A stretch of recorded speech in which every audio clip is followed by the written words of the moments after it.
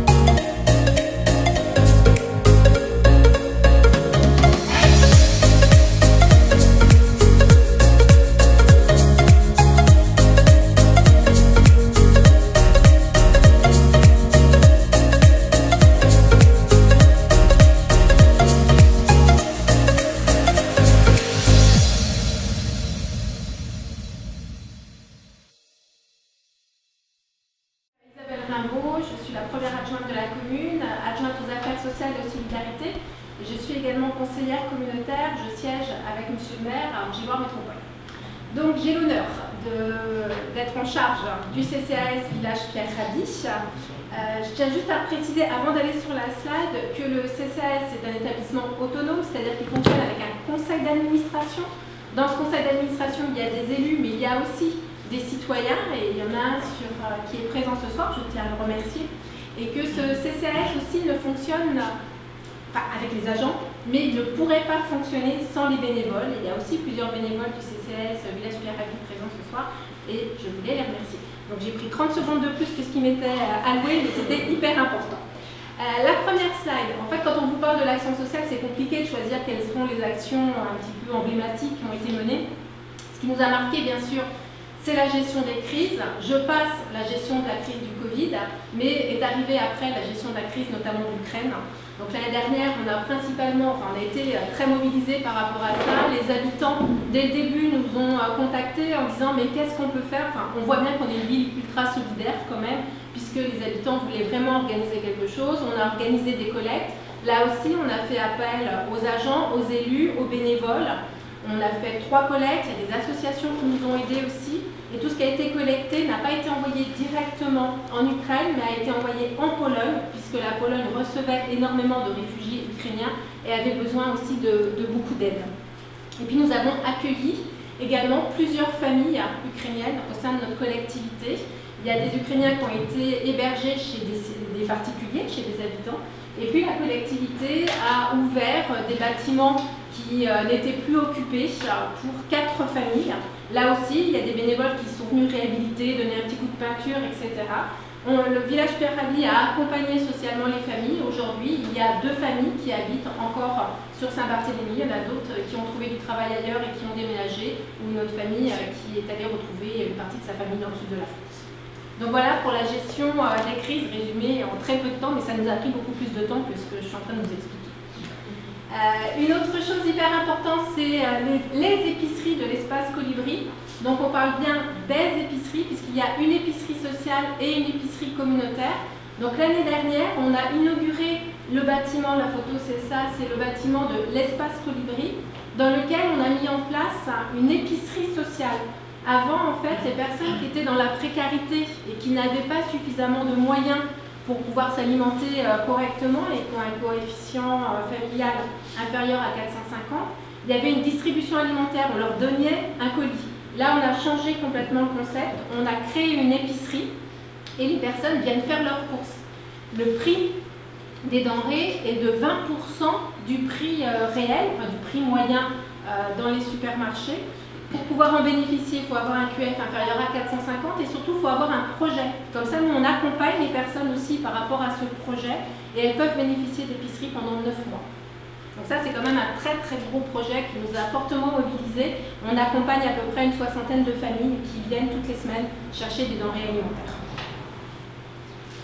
On a également beaucoup travaillé sur le projet de résidence senior. C'est quelque chose qui manque dans notre commune. Quand on a fait notre programme électoral, on avait rencontré les personnes et beaucoup de personnes disaient il y a l'EHPAD et puis à côté il n'y a pas grand chose d'autre.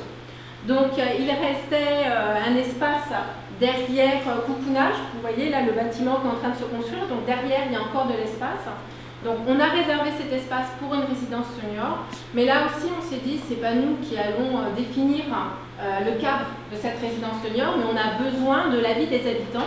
Donc le jour du repas des aînés, on a lancé un appel et il y a 12 ou 14 aînés qui ont créé un groupe de réflexion sur ce qu'ils souhaiteraient avoir comme résidence senior. C'est la Soclova qui va construire le bâtiment, qui va être propriétaire du bâtiment. Mais nous, avec ce groupe de travail, on a défini, et aussi avec des professionnels de l'habitat senior, on a défini quels seraient les services qui seraient proposés dans cette résidence-service, qui devrait sortir de terre fin 2025. En gros, c'est on a un appartement, il y a de la présence 24/24, il y a de la restauration. La restauration, elle est ouverte pour tout le monde. On ne veut pas d'une résidence complètement fermée que pour nous. Et on est dans un concept qui s'appelle le parcours résidentiel.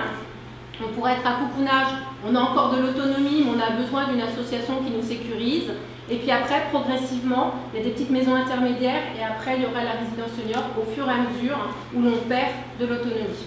Mais il y aura des réunions publiques pour ceux qui sont intéressés pour expliquer le projet et voir comment est-ce qu'aussi on peut s'inscrire. Bonsoir, Stéphane Lefebvre, je suis adjoint à l'aménagement du territoire et à l'écologie. Donc la première thématique, c'est le parc de l'Europe. Donc je vais essayer d'être rapide parce que vous avez déjà eu tout dans le film. Pas mal de choses qui ont été rappelées. Le parc de l'Europe, pour nous, ça a été 3 ans de travail avec les habitants, 3 ans de concertation, un peu plus d'1 an de travaux, différents chantiers dans le chantier.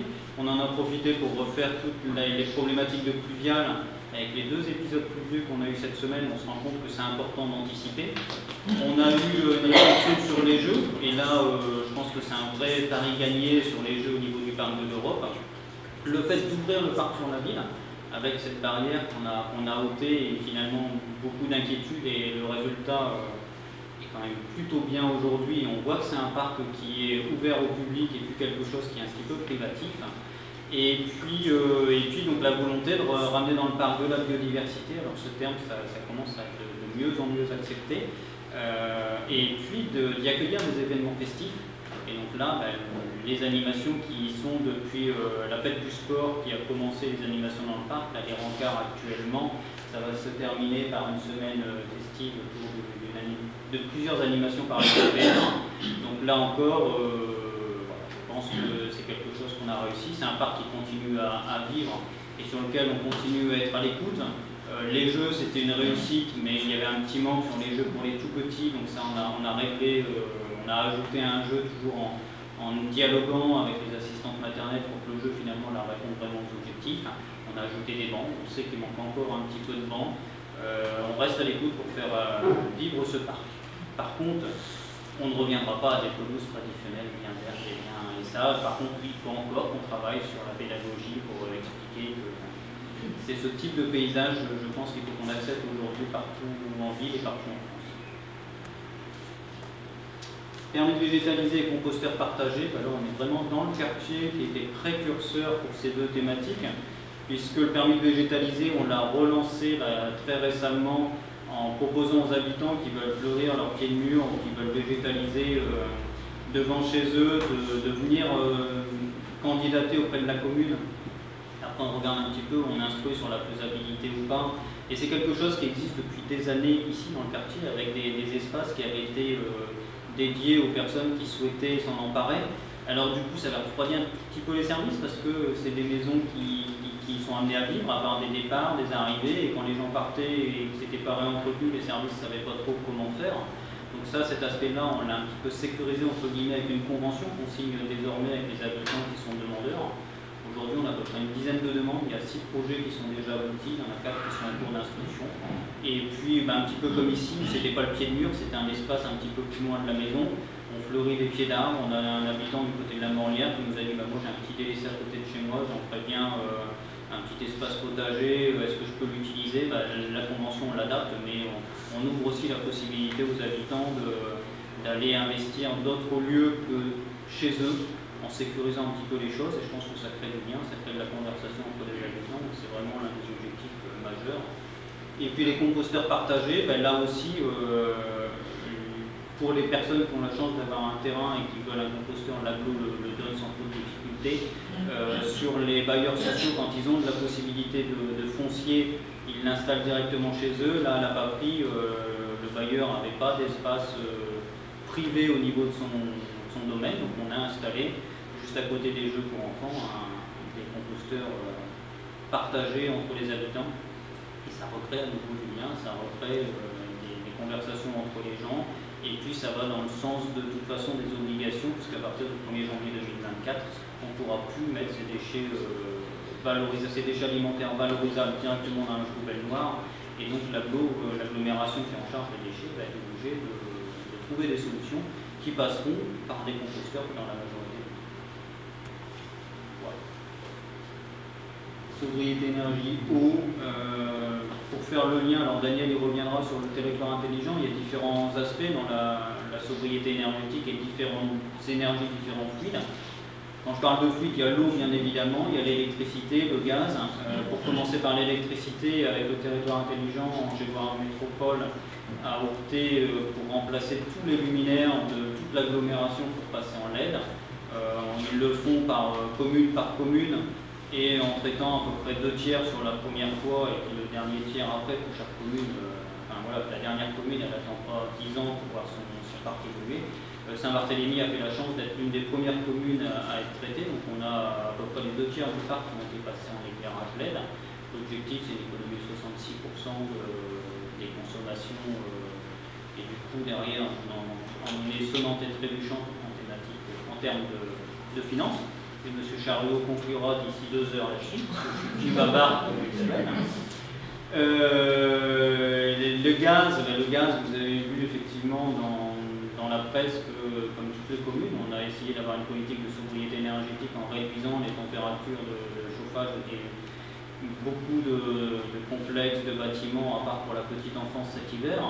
On a effectivement travaillé, et on y travaillait déjà, sur tout ce qui était thermique à court terme, en changeant des robinets thermostatiques, des choses comme ça, et à plus long terme, comme sur Jules Ferry, des rénovations de bâtiments.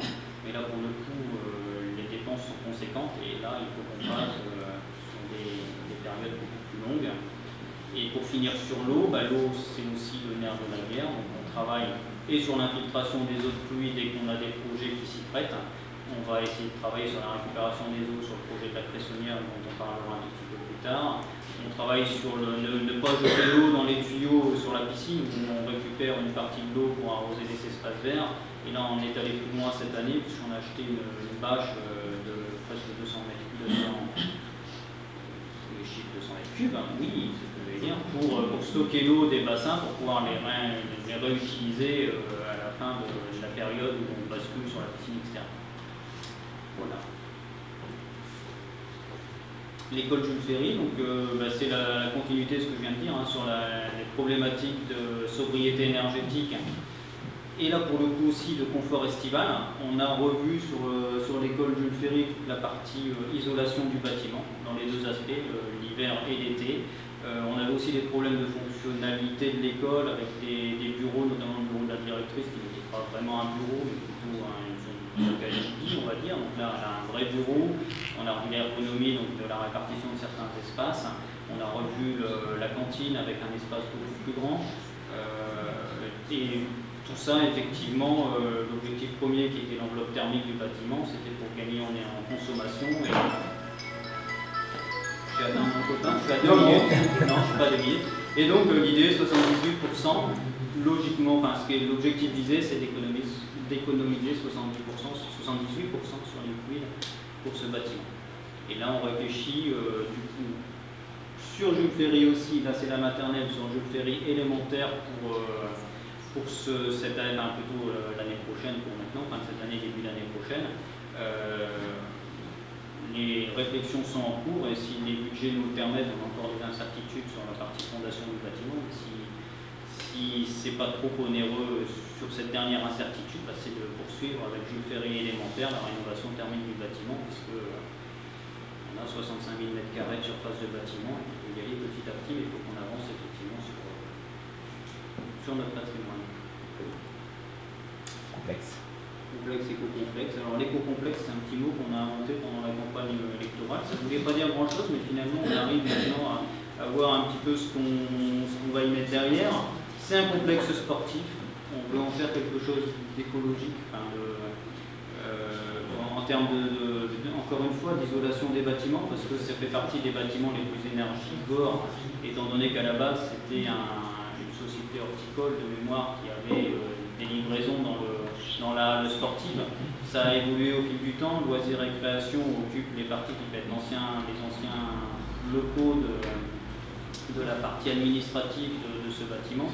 Donc voilà, il y a une isolation qui est ancienne, beaucoup d'améliorations à apporter en hiver comme en été pour la partie gymnastique. Il y a une volonté aussi de ramener dans ce complexe sportif des activités qui n'y sont pas encore, et notamment des préfabriqués qui sont à Jules Ferry, qui sont très énergivores, qui ne sont pas en accessibilité pour les personnes à mobilité réduite, qui contiennent de l'amiante. Enfin, l'idée c'est de, comme on l'a fait sur le parc de l'Europe, de plusieurs problématiques ou de plusieurs pistes d'amélioration, faire un programme commun et qui soit cohérent pour mettre effectivement une somme d'argent conséquente, mais la mettre de manière réfléchie, raisonnable et raisonnée sur un projet.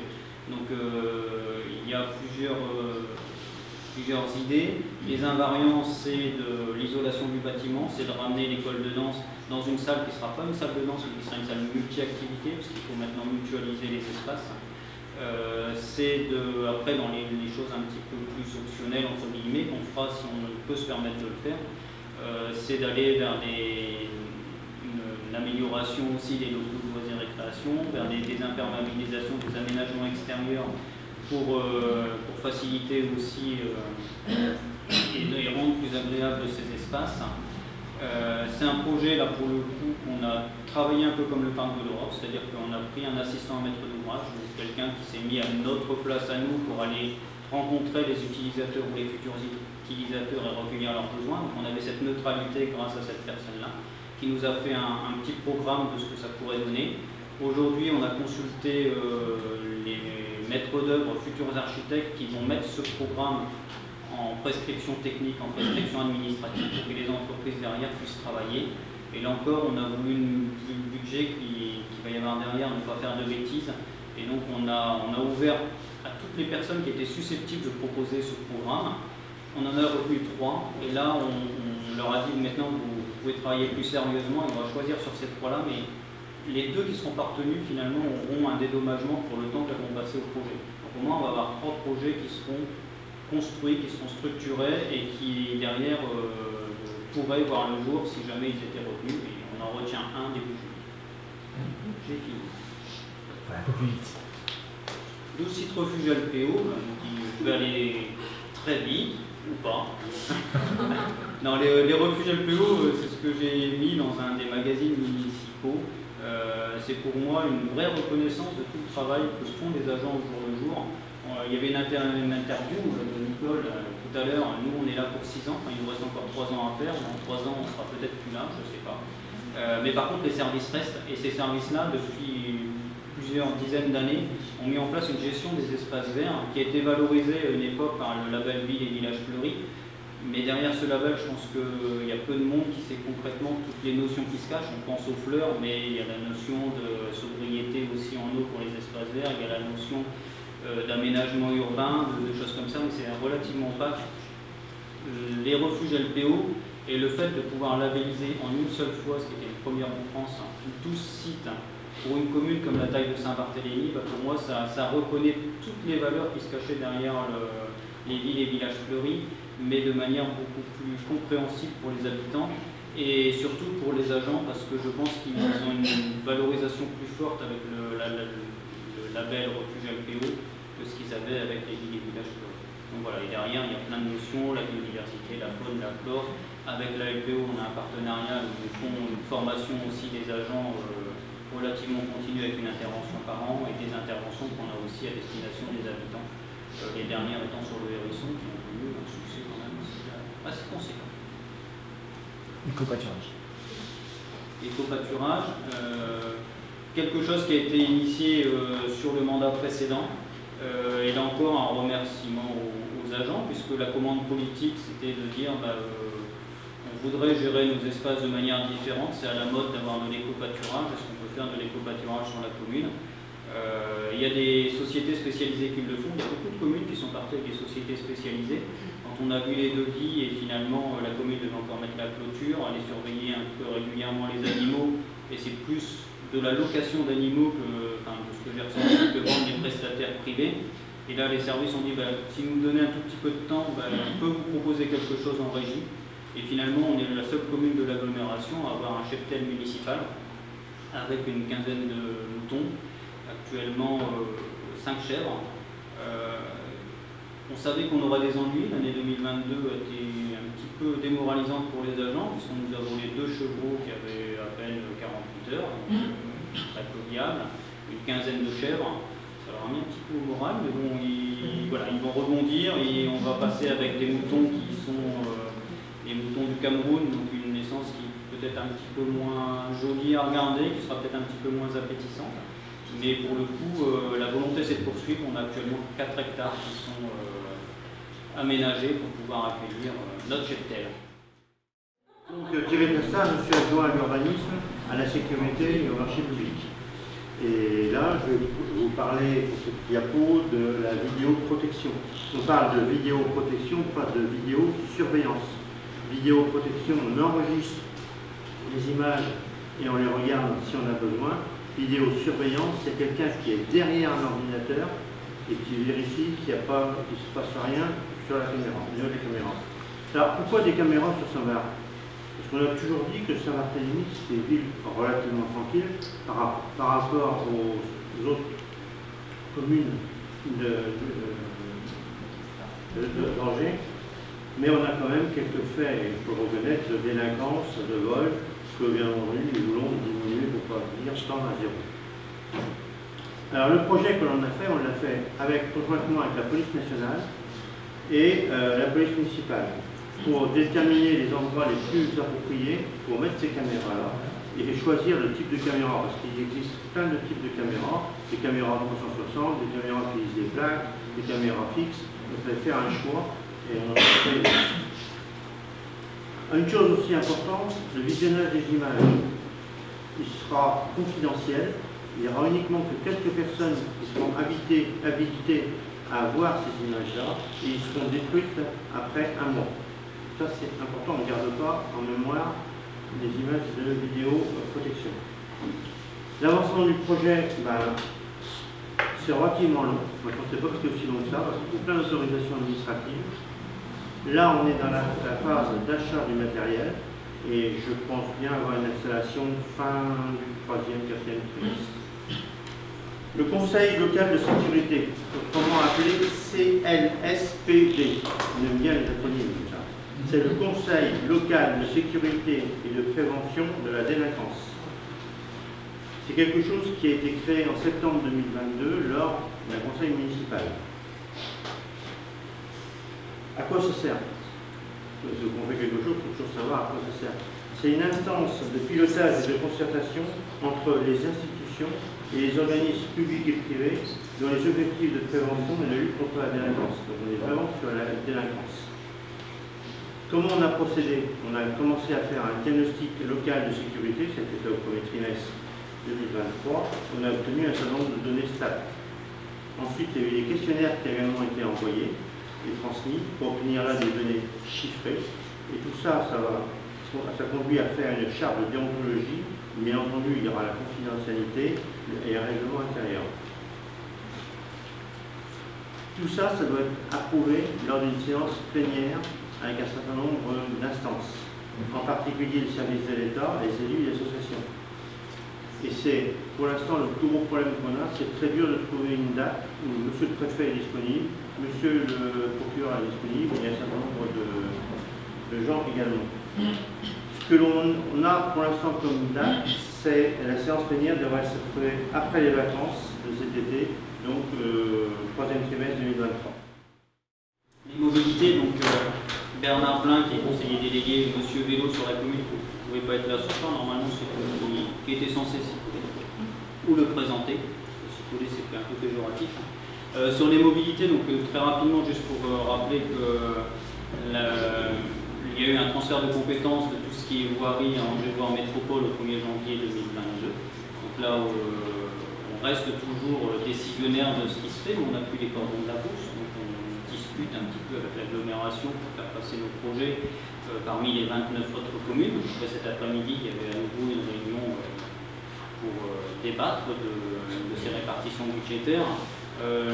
Donc sur cet aspect-là, on continue à travailler, on continue à porter les projets d'aménagement. Ce qu'on souhaite défendre, et là on a un petit peu plus la main, c'est tout ce qui est mobilité douce, mobilité vélo. Donc là, on avait déjà pas mal de choses qui étaient faites. On a fait pas mal de petites choses qui ne se voient peut-être pas. Et du coup, l'idée c'était de développer un petit peu plus. On a fait des formations au niveau des agents, parce que comme beaucoup de collectivités, il y a l'indemnité kilométrique vélo. Alors ça s'appelle plus comme ça doit être appelé mobilité, je ne sais plus. Enfin, qui est versée aux agents et beaucoup l'utilisent. On a eu aussi des petits accidents de service. Donc on a eu une formation auprès des agents avec place au vélo pour redonner quelques notions de code de la route, de choses comme ça. On continue à travailler avec les écoles sur le vélo. On a essayé, là pour le coup, on n'a pas fait que des choses bien. On a essayé de travailler avec place au vélo, mais les liens sont distendus. Donc il faut savoir ce qu'on a mal fait aussi et le reconnaître. Et là l'idée c'est de recréer du lien avec eux. Et on va remettre en place une commission, mais là plutôt côté élu, en termes de mobilité pour faire un plan vélo, qui soit un plan aménagement, mais aussi un plan en termes de communication, un plan en termes, comme je le disais, de voir concrètement si ce qu'on fait avec les enfants c'est bien, s'il faut aller plus loin, avec les aînés aussi, puisqu'on n'a pas tous la même vision du vélo. Moi, je pratique le vélo tous les jours, et je suis plutôt à l'aise, mais j'entends aussi les gens qui souhaitent que le vélo soit séparé des voitures. on va faire en sorte de trouver le compromis, le meilleur compromis possible en fonction de la place qu'on a sur la route. Sur la commune, quelque chose qui est important, on a en tout 13 projets sur la commune au niveau urbanisme, dont 9 qui sont municipaux. Ça consiste en quoi? À construire des petits collectifs, des petits immeubles, parce qu'on ne veut pas sur Saint-Barth, et c'est vraiment une volonté d'avoir un immeuble de 15 étages, ça, on n'a pas le droit de le faire, on s'est donné des moyens pour que ça ne se fasse pas. Et puis bien entendu, en individuel, des petites maisons avec des petits terrains, parce que c'est très demandé sur Saint-Barthélemy. On a des projets particuliers, tout à l'heure il y a un collègue, Isabelle Raveau, qui en a parlé. Au niveau senior, on a le coupounage avec 62 logements et la résidence service Chocolova avec 65 logements. On a aussi quelque chose qui est important, c'est un projet de maison médicale et une résidence étudiante. Alors on va voir ça un peu plus en détail, mais votre quartier est relativement pas touché, mais va profiter des informations. Alors, premier en haut, le projet de la Grande Échelle, qui est un projet privé.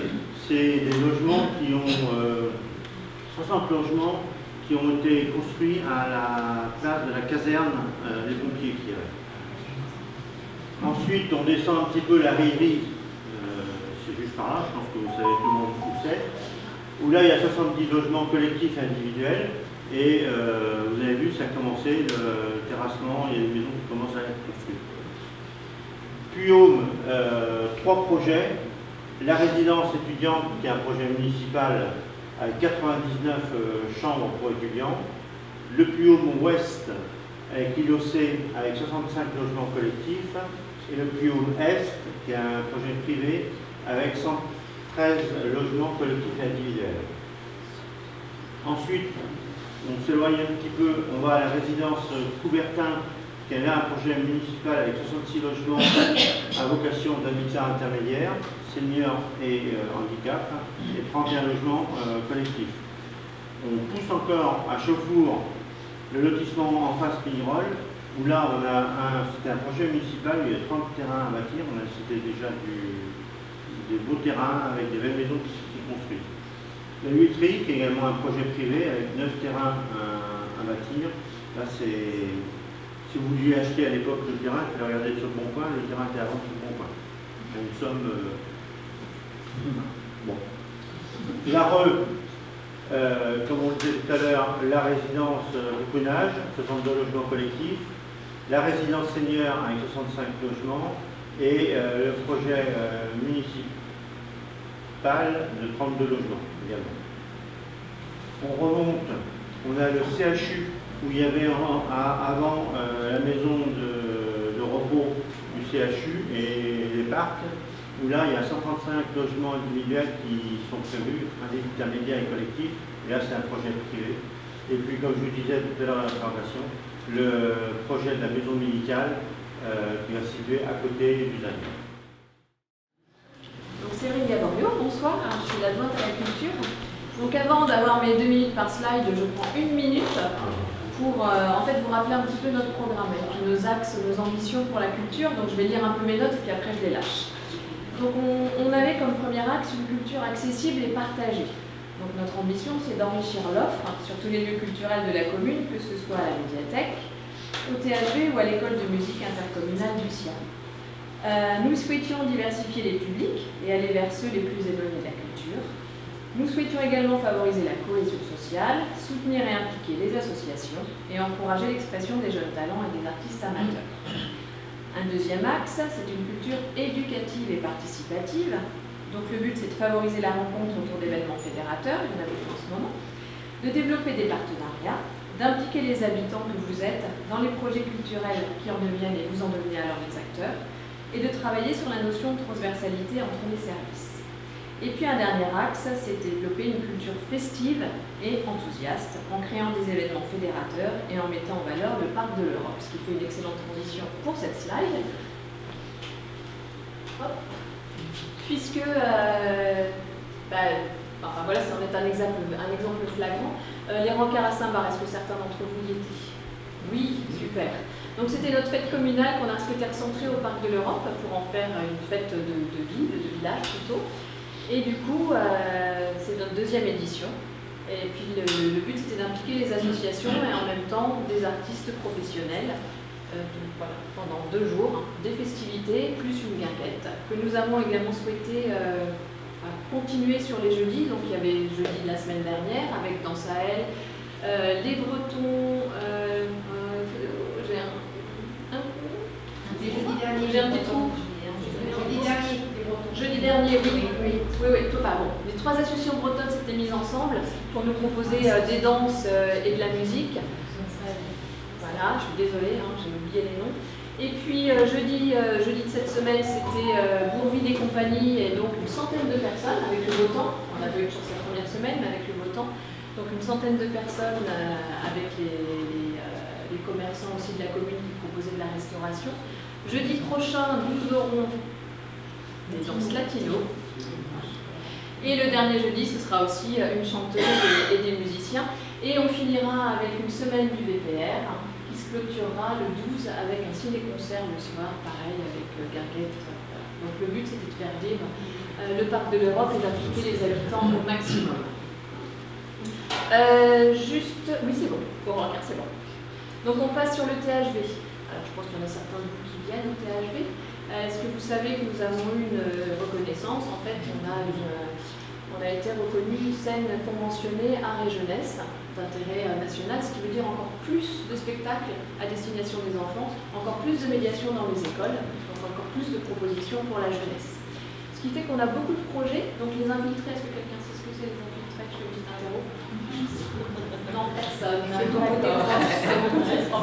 Alors les infiltrés, c'est 6 enfants d'une dizaine d'années qui partent quelques jours à Avignon pendant le festival d'Avignon, donc ils vont partir au mois de juillet, et qui pendant 1 an vont suivre l'équipe du THV et découvrir tous les métiers du THV, et puis présenter aussi un spectacle qu'ils auront choisi l'année d'après. Donc ça c'est un des projets. Et puis pour finir, on a aussi les explorations de la ville, qui sont des choses qui reviennent depuis 3 ans. Donc on a eu Radio Rêve Saint-Bar, les portraits de rue, parce que tout le monde les a vus dans la ville. Là, on était sur les correspondances, les Bartholoméens se sont écrits les uns aux autres, et puis pour l'année prochaine, on part sur de la gourmandise, mais je vous en dis pas plus, je passe. Le SIAM, donc petite subtilité, quand on est adjointe à la culture à Saint-Barthélemy, on devient également la présidente du SIAM, qui est l'école de musique intercommunale, qui regroupe donc Saint-Barthélemy-d'Anjou, Verrières-en-Anjou, Pélois-et-les-Vignes, et puis... Non, je me trompe, Écouflant, puisque Verrières a fusionné, Écouflant, et puis la dernière m'échappe, le Plessis-Gramoire, merci. Bah oui, parce que Aluta m'accompagne dans cette édition, elle fait partie du comité syndical. Donc cette école de musique intercommunale propose des projets, et puis l'objectif aussi c'est de faire venir des professionnels, et du coup, certains élèves ont travaillé avec des professionnels, ce qui a abouti à des spectacles. Donc le Begali Project, ce sont des musiques juives de l'Europe de l'Ouest, donc une découverte culturelle pour eux. Donc ils sont produits lors de la fête communale de Verrières-en-Anjou, et puis si vous allez au Traversée, au Poncé, vous les verrez aussi, il y aura une deuxième édition pour vous. Je termine par la médiathèque, notre dernière lutte culturelle. Une première en Maine-et-Loire, puisque nous avons accueilli une journaliste en résidence, ça veut dire que pendant 6 mois, elle était présente, en plusieurs étapes. Elle est intervenue dans des écoles primaires, elle est intervenue au collège, à l'EREA et aussi à l'IME et à l'EHPAD. Et le but c'était de faire découvrir ce que c'était que le métier de journaliste, de découvrir le monde des médias, les fake news, et puis aussi de, que les jeunes puissent se forger leur esprit critique. Donc voilà, il y a eu des propositions à la médiathèque, dans les écoles, dans les établissements, et vous pouvez y aller en ce moment puisqu'il y a on peut écouter tout ce qui a été créé par les élèves et par les personnes qui y ont participé. Sur le sport, on avait dans notre projet, en fait, dans notre mandat, la volonté de créer un skatepark. Et donc on a lancé l'étude en début de cette année. Et pour faire cette étude de ce projet, comme on fait sur l'ensemble de nos projets, on a voulu faire de la concertation et de la co-construction. Donc on a créé un groupe avec des enfants, des jeunes, des très jeunes, des moins jeunes, des adolescents, mais aussi des parents ou même des usagers aujourd'hui qui utilisent des skateparks, pour essayer de définir avec eux ce qu'ils souhaitaient en termes d'usage Est-ce que c'est juste un skatepark? Qu'est-ce qu'ils veulent faire dans ce lieu? Est-ce qu'ils veulent venir faire du skate ou autre chose? En termes de lieu aussi, quel est le lieu le plus adéquat dans la commune pour mettre cet aménagement? Et quels étaient les aménagements aussi souhaités autour? Voilà, parce que est-ce qu'on veut y mettre des gens, des toilettes publiques, voilà, des tables de pique-nique? Donc tout ça a été travaillé avec ce groupe, hein, c'est un groupe d'une trentaine de personnes, pendant 2-3 mois. Ils ont fait plein de propositions. On est même parti avec eux pendant un samedi entier, aller visiter autour de Saint-Bar, hein, dans environ 200 km, ce qui se faisait aussi en termes de skate autour de chez nous. Ça nous a permis, ça leur a permis justement de se rendre compte que le skatepark, c'était pas forcément leur désir, c'était une partie de leur désir, mais en fait on a été plus loin, c'est-à-dire qu'ils se sont dit, nous on veut aussi un pump track, puisqu'on a eu l'occasion de visiter ce qu'était un pump track. Et donc la finalité du projet, de notre projet initial, on voulait faire un skatepark, et à la fin on va faire justement, grâce à la co-construction, un skatepark et un pump track qui seront tous dans le même lieu. Donc un pump track c'est quoi? C'est vous prenez comme un circuit vélo, on va dire, avec des bosses, et ce qui fait que vous avez un pump track, ce qui permet des usages aussi différents, puisqu'il peut y avoir des vélos, des BMX, des trottinettes, en fait tous les moyens de glisse, et c'est pour ça qu'on appelle ça une culture de glisse urbaine. Donc le projet a été validé, il devrait être mis en place en fin d'année prochaine, et il sera à la géométrie, dans un lieu en fait en adéquation avec le voisinage, et un lieu plutôt central en fait pour la population. Dans le petit film, Daniel a beaucoup parlé des associations sportives, mais il y a plein d'autres associations que sportives. Il y a les associations culturelles, il y a les associations qui œuvrent autour du social. Et pendant la construction de notre programme, on avait rencontré également les associations qui nous avaient dit, mais nous, ce que l'on souhaite, c'est un lieu où l'on puisse se rencontrer les uns les autres, les associations, mais aussi quand on a des petites réunions à faire, quand on a le bureau par exemple qui doit se rassembler, eh bien on n'a pas forcément d'endroit pour le faire et on en a un peu marre de devoir faire ça chez le président, chez le trésorier, etc. Et puis il y avait également l'OBS, l'Office Bartholoméen du Sport, qui avait des locaux du côté de la Venaiserie, donc ils étaient excentrés par rapport au centre-ville, par rapport à la vie municipale, et ils nous avaient exprimé le souhait de revenir à un endroit un peu plus central, un peu plus visible. Du coup, on a réfléchi et les locaux du 51, vous savez, les locaux qui sont juste à côté de l'église et à côté de la mairie, qui abritent à l'étage la maison départementale des solidarités. Ici, il y avait des salles de réunion et ici, il y a la possibilité de faire des bureaux. Donc en fait, à la fin de l'année, en principe, si tout va bien, fin 2023, il y aura des bureaux partagés pour les associations qui souhaitent pouvoir les utiliser quand elles en ont besoin. Donc ça ne sera pas des bureaux exclusifs telle ou telle association, ça sera bien des bureaux mutualisés qui donneront accès aux salles de réunion. Donc comme ça, s'ils veulent après pousser sur une réunion plus globale, une AG, etc. Dans ces salles, ça sera équipé au niveau informatique, au niveau du Wi-Fi. Et puis il y aura l'OBS qui sera là aussi et il y aura une tisanerie. Comme ça, les associations, elles pourront aussi, donc il y aura un système de copieurs sans doute aussi, elles pourront faire tout ce qu'elles ont besoin de faire et elles pourront se croiser, se rencontrer, partager leur expérience, partager leurs difficultés et trouver des solutions ensemble. Donc voilà pour nos locaux du 51 et Daniel, tu me confirmes, c'est en fin d'année que ça devrait se mettre en place. Donc pourquoi est-ce que je vous parle de cette mise à disposition des locaux alors que je suis adjointe aux solidarités?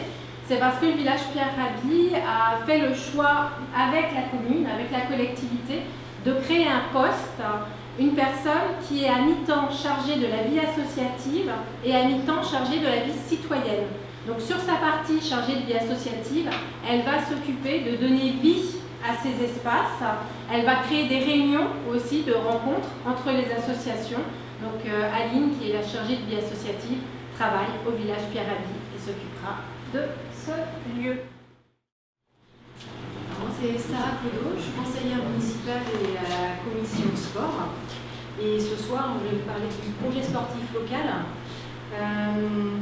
En fait, le sport, c'est bien pour la santé, c'est bien pour le savoir-être, c'est bien pour plein de choses de dépassement de soi-même, etc., etc. Et en fait, sur la commune, pour nous, c'était important d'être sûr que le sport correspondait aux attentes de chacun et aux associations. En 2010, il y avait déjà eu un projet sportif local qui était né et qui avait des objectifs. Et pour nous c'était important de remettre à jour, parce que avec les évolutions de chacun, avec la Covid en plus qui est arrivée, plein de choses ont changé. Donc on a construit avec les associations sportives, ce projet sportif local, c'était un travail qui a duré plus d'1 an avec eux. Il y a 23 associations sportives qui ont joué le jeu. Et on s'est rencontrés une 50aine de fois, alors pas tous ensemble, mais par groupe, sur des thématiques différentes. On avait un comité de pilotage qui a suivi à peu près 1 fois par mois, qui suivait l'évolution des réflexions. Les réflexions qui se sont déroulées sous un plan, on a commencé par faire le diagnostic, tout ce qui existait, de ce qu'elles aimaient, de ce qu'elles n'aimaient pas. Ensuite, on en a sorti 18 orientations qui ont découlé sur 32 objectifs. Et ces 32 objectifs, il a fallu trouver les mettre sous forme d'action. Et on en a sorti une 50aine de fiches actions bien détaillées avec chacune des objectifs, des choses précises à planifier dans le temps avec des pilotes qui peuvent être soit de l'OBS, soit du village Pierre Rabhi, soit de la mairie, soit des associations elles-mêmes. Et les agents nous ont bien aidés sur ce travail en collectant vraiment toutes ces informations-là et les mettant sous un document que ici j'ai juste un petit résumé, mais ce document il fait une 100aine de pages pour synthétiser tout ce qui avait été fait pendant plus d'1 an avec les associations sportives. En termes de Jeux 2024, c'est un label dans lequel on s'inscrit pour promouvoir en fait les Jeux Olympiques qui vont arriver en 2024. Donc la commune a ce label depuis 2022 et donc pour avoir ce label, il faut en fait faire des initiatives qui permettent de promouvoir les valeurs de l'olympisme, qui permettent de mettre justement en avant tout ce qui pourrait être lié au sport et aux Jeux Olympiques.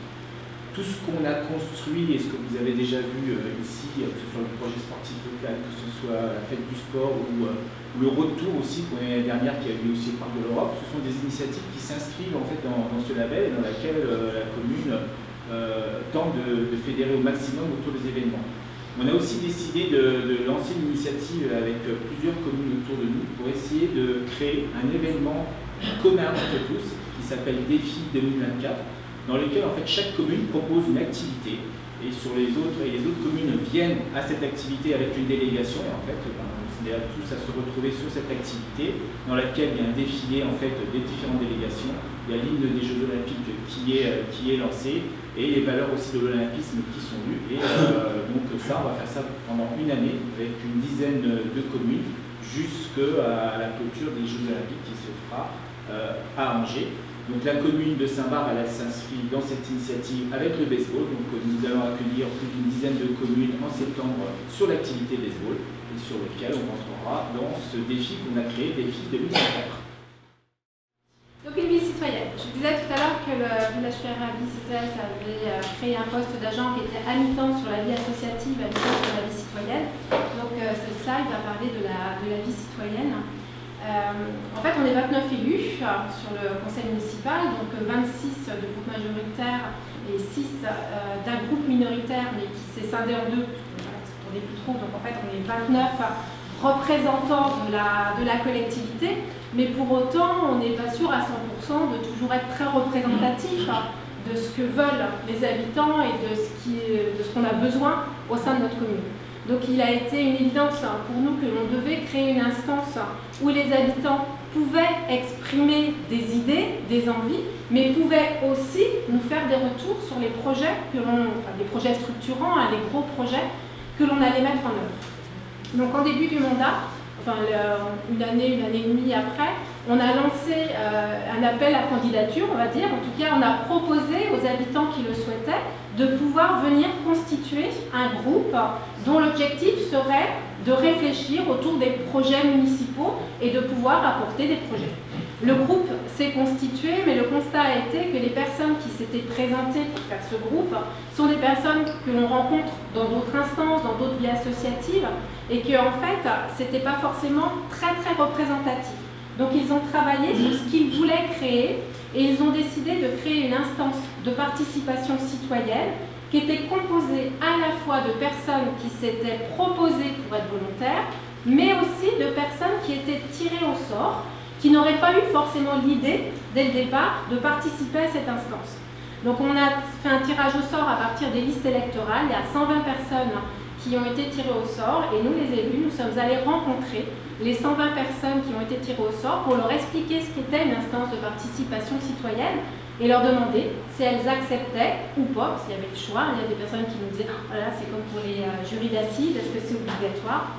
Non, non, ce n'était pas obligatoire. Et de fait, on a, la semaine dernière, samedi dernier, installé officiellement notre instance de participation citoyenne qui est composée de 41 personnes, dont 24 tirées au sort, et ils ont décidé de s'appeler le rucher citoyen.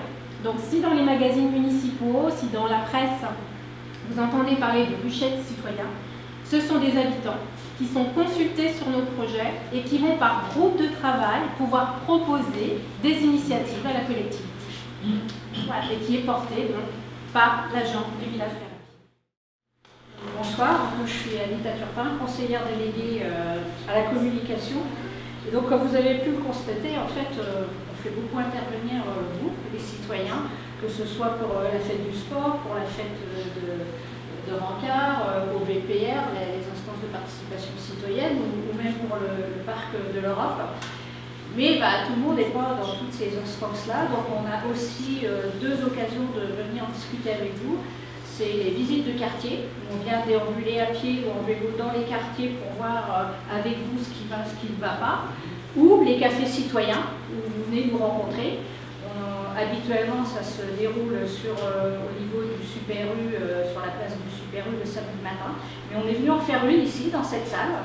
J'en vois quelques-uns qui étaient présents, et ça nous permet aussi d'échanger autour d'un café ou d'un jus de fruits pour savoir si vous avez des choses à nous faire remonter, puisque ça, comme on vous l'a dit, ça nous permet de prendre des décisions au plus près de vos besoins et de nos besoins, puisque nous sommes tous des citoyens de Saint-Marc.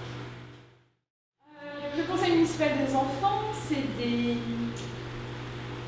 élèves des 4 écoles de Saint-Marc qui sont élus pour 2 ans. Et ils sont élus par les CM1 et les CE2, CM1 et CM2 de leur école. Comme des délégués de classe en fait, sauf qu'ils sont élus pour la municipalité. Et l'idée, c'est qu'ils réfléchissent avec nous, élus adultes, à des projets à créer pour la municipalité. Notre envie avec ce conseil municipal des enfants, c'est vraiment de créer les citoyens de demain et du coup de leur donner toutes les billes pour que demain ils soient aussi impliqués dans la vie municipale. Là, on les voit en fait sur une journée citoyenne où ils ont été faire le tour des pistes cyclables de Saint-Marc pour repérer les endroits sur lesquels ils se sentaient en sécurité et ceux où au contraire ils ne se sentaient pas en sécurité, de façon à ce que nous puissions voir ce qu'on pouvait leur proposer. Et l'après-midi, ils ont fait un ramassage de déchets sur le parc de l'Europe. Ce conseil municipal, on les a aussi emmenés à Paris visiter l'Assemblée nationale, de façon à ce qu'ils découvrent un haut lieu de la politique française et toute l'implication que ça donne d'être élu. Concrètement, les volontaires, c'était effectivement une idée de campagne. On avait appelé ça initialement les brigades vertes, comme pour le rucher citoyen. Rucher. Le rucher. Ça, c'est mon accent du Nord qui parfois fait ressortir que je connaissais bien rucher citoyen. Donc, comme pour le rucher citoyen, l'une des premières initiatives de ces brigades vertes a été de se chercher un nom, puisque celui qu'on avait initialement donné n'était pas celui qui était retenu par tout le monde. Donc c'est devenu des volontaires. Les volontaires aujourd'hui, c'est une quarantaine de personnes qui sont dans une liste de diffusion. Si vous voulez en faire partie à la fin, n'hésitez pas pour me le signaler. Et puis tous les premiers dimanches du mois, on a trouvé une régularité. On se retrouve. Troisième. C'est la chaleur. Non, c'est pas la boîte. Tous les 3e dimanches du mois, parce que sinon j'aurais personne. On se retrouve à 10h devant la mairie et puis on part. Alors l'idée c'est de discuter, de papoter, puis d'en profiter pour ramasser des déchets. Il n'y a aucune contrainte. Les gens viennent ou pas, ils sont disponibles, ils ne sont pas disponibles. Pour ceux qui souhaitent venir régulièrement, je demande de renseigner une petite fiche de renseignement qui me permet à moi de recueillir les droits d'image, les droits vis-à-vis de l'RGPD, réglementation de protection des données. J'ai un tout petit listing que je garde que pour moi, mais voilà. Et du coup, avec ce formulaire, on donne un petit gilet à l'effigie des volontaires. On a une enseigne de bricolage qui est à l'entrée de la commune, c'est une sorte de truc qui est marqué enfin bref, qui nous équipe en pince, en gants, en sac poubelle, et donc du coup, on donne ces équipements aux personnes qui viennent régulièrement et qui remplissent la fiche. Et l'idée, c'est de déambuler. Les associations viennent parfois nous voir. On a fait une déambulation dans le quartier de la Morlière en lien avec l'association Quartier Morlière. Ça a essaimé un petit peu avec le conseil municipal des enfants. On a fait une opération dans le parc. On ne s'est pas encore penché vers les entreprises, mais je pense qu'il y a une volonté aussi des entreprises. Alors l'enseigne dont je parlais tout à l'heure, qui à mon avis serait partante aussi pour faire ça avec son personnel. Donc l'idée, c'est d'essaimer de plus en plus. Et mon souhait, c'est qu'il y ait un groupe qui se forme et qui soit un petit peu autonome d'ici quelques mois ou quelques années. Mais c'est que ce soit les citoyens qui se saisissent de cette initiative, puisqu'à la base, c'était quand même une demande des citoyens. Comme je l'ai dit tout à l'heure, je suis à la communication et entre autres, depuis 1 an, nous avons mis en place une application ville pour la ville de Saint-Barthélemy, en plus de l'application BART pour ceux qui avaient l'application BART pour signaler les petits problèmes. Donc sur cette application, en fait, vous retrouvez tout ce qui concerne Saint-Barthélemy.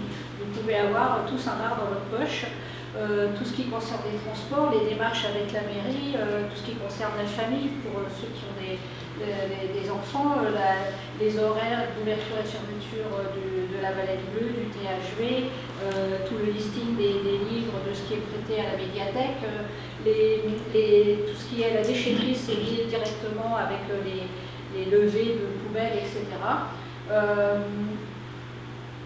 Voilà, je vous conseille, vous pouvez, en prenant un compte, vous pouvez recevoir des infos sur vos. Donc voilà, je vous conseille l'application de Saint-Barthélemy. Le territoire intelligent, qu'est-ce que c'est? C'est un projet qui a été lancé par la communauté urbaine il y a maintenant 2-3 ans. C'est un projet de 180 millions d'euros qui est étalé sur 12 ans. L'objectif, c'est, grâce à la technologie, d'essayer d'économiser sur les ressources, d'essayer d'innover en termes de services et d'essayer aussi de piloter, d'anticiper un peu ce qui pourrait arriver. Donc ça, c'est un gros travail qui est fait d'un point de vue socle technique. Donc aujourd'hui, en tant que citoyen, on ne voit pas encore grand-chose de ce que ça va donner. Vous voyez simplement, par exemple, sur l'économie avec l'éclairage qui a été changé sur toute la commune de Saint-Barth sur l'IED. Et vous ne voyez pas encore des usages arriver, mais ça ne devrait pas tarder. Et nous, ce qu'on a décidé aussi côté Saint-Barth, justement, c'est d'essayer d'approcher, d'apporter une initiative qu'on mène avec les EPC et l'école d'ingénieurs et 6 autres communes, pour justement essayer de proposer aux habitants une approche un peu différente et d'essayer quelque part de leur montrer, de les informer ce qu'est le territoire intelligent, avec des maquettes, avec des vidéos, avec des exemples, qui voient concrètement ce que ça peut devenir avant le résultat final. Et pour faire ça, on a décidé de monter un projet où on va au plus proche du citoyen et donc quelque part de créer, on appelle ça un véhicule dédié, un véhicule intelligent où on irait de quartier en quartier, on se poserait pendant une matinée pour justement vous montrer tout ce qu'on peut faire avec le territoire intelligent et aussi recueillir vos besoins. Donc ça, c'est une initiative qu'on lance avec cette commune. C'est une initiative qui nécessite un financement quand même qui est assez conséquent. Donc l'idée, c'est maintenant qu'on a notre projet, que tout est ficelé, c'est d'aller voir maintenant la communauté urbaine, de leur dire voilà, on a un beau projet,